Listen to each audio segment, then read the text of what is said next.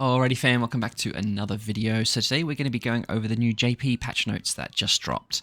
Now I don't really have an order for when I do these. Sometimes I do the JP ones, sometimes I do the global ones, as you guys know.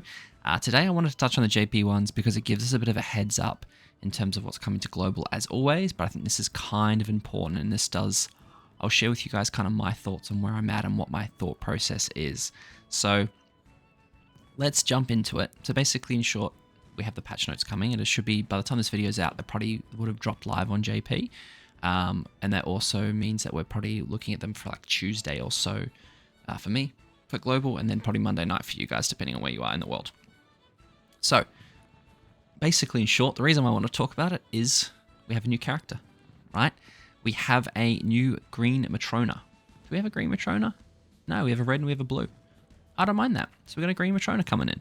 So we will jump in and talk about what she does very shortly. But basically, the main thing is it is a step-up gacha, right? Which is a big thing, which in short basically means we get a little bit of a break, depending on whether you're going to summon on her or not. But we'll talk about it. So hopefully I've got my mouse binds right. Yeah, perfect, I do.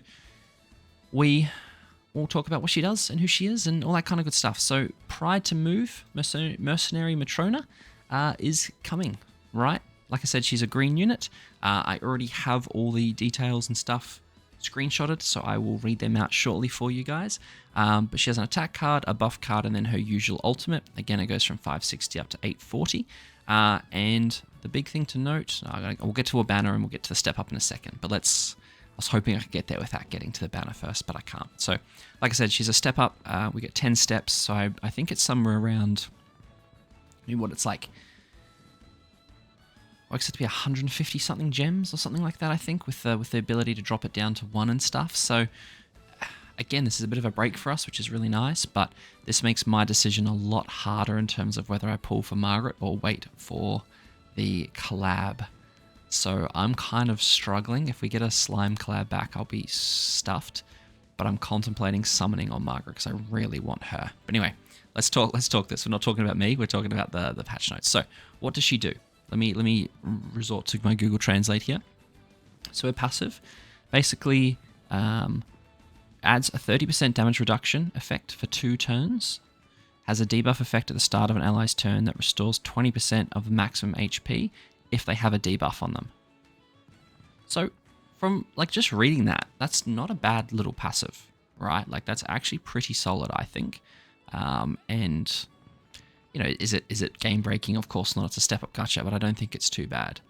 The next one, this is a alt gauge reduction 1, so 120 remove 1 alt gauge, all the way up to 450 removes 3. And then this next one is a buff card, which is basically taunts and increases your HP related stats by 20%. Right, so that's a usual card. Like this character is nothing, like I said, nothing special, nothing game breaking. It's just quite a basic kind of Matrona card that Matrona unit that you'd expect, right? I don't mind the passive at all. Damage reduction of 30% for 2 turns, as well as I think I might have slightly mistranslated that. I'm sure you guys will let me know if I have. Vibrating Pride. Don't know why I mentioned that. Just caught my, I thought it was something. What is it? Pride to Move. Bit different. Anyway, 30% damage reduction, and then restores 20% of max HP if you're debuffed. I think that's pretty cool. I think that's pretty cool for sure. Price, yeah, 11 for 30, right, 30 gems. There you go. Step Up Gacha is only 11 draws. So that'll be in total 11 draws? Or once, yeah. So I think it works out to be, I don't know, a couple of 100 gems maybe, I think, for it. But this is the banner, right? Really, just not worth it. Ironically, I just finished watching Castle of Edinburgh, or Fight of Edinburgh, or whatever it is, the latest Seven Deadly Sins movie that came out, part 2. So good to see Death Pairs there. Obviously, Blue Matrona's here, Red King, Nanashi. Like the only one really here worth getting is Red Nanashi and maybe Red Arthur. But like, this is the easiest skip, fam. Like this is the time.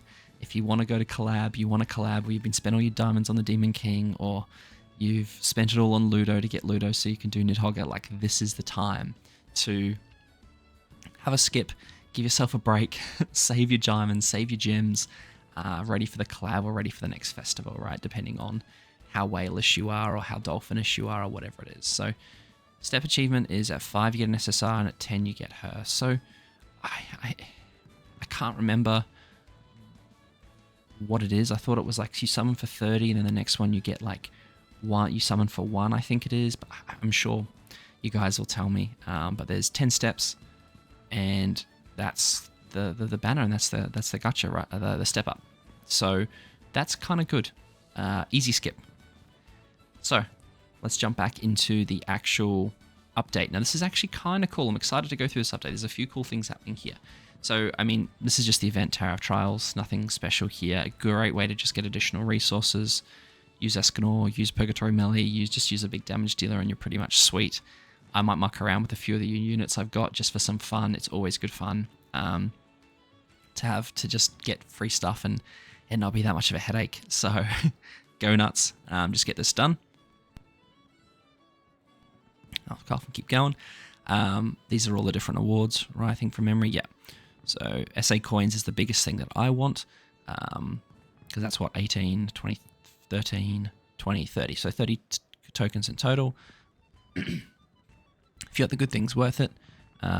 This is what I'm excited for. This is always, I love the Labyrinth costumes and outfits, and I think Barnes one is going to be sexy as all hell. So I'm really keen to get that. So new season of Labyrinth is starting, so make sure you get everything in terms of the final boss done that you have, and also the Hero Arena. Make sure you get your Hero Arena done. I will be doing it this weekend on stream, my final week of Hero Arena, so make sure you're hanging out, coming to chill. We'll actually, and we'll do this probably the weekend after on stream, just to give it a go, see how we get along. As you guys all know, I mean, basic rules is roguelike. If you use that'll start low from the beginning. Stop during the battle. Yep. Artifacts passives and can be viewed and possessed passive. Yeah, so I don't think there's anything too different here. Improvements for underground. Mana and probability of attaining from bosses in each floor will increase. That's nice. If you randomly purchase 3 Guardian Stones, that increases the stats of all characters in the Underground Lemon Shop. Okay, each time you purchase. So this, I don't know what this Guardian Stone is. This sounds new. Unless it's been translated wrong. Go up to level 90. Enhancements, that's the Guard Stone, but okay. Alright, cool.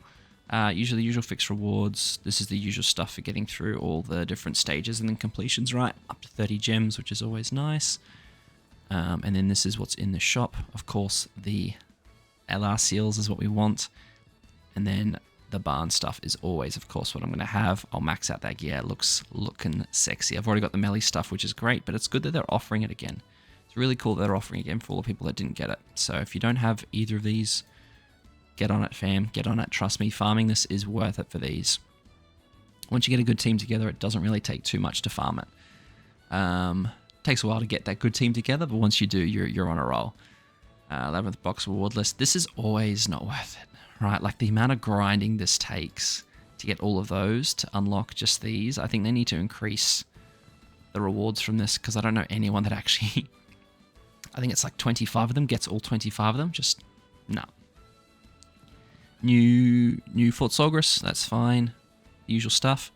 And that's it. Okay, cool. So 2 big things is obviously the Underground Labyrinth swap with the very, very cool looking barn outfit. Wherever it's gone, there it is. Love the mask. That's going to look really sick, I can imagine. And then... where is it? Where's she gone? Where's she gone? And then the new Matrona. So easy skip, fam. Save your gems. This makes a big dilemma for me whether or not I go hard in the Summer Margaret banner to try and get her for Nidhogger, or whether I save my gems for the collab. I think I'm going to probably go hard in the Summer Margaret banner because I need the Nidhogger, and collab units are cool, but never really like a must-have. So I think that's probably made the decision for me. But I don't know. Let me know what you guys think down in the comments below. Should I go hard at the Nidhogger one? I think tomorrow I'm probably going to release a video about my current Nidhogger attempt without Summer Margaret.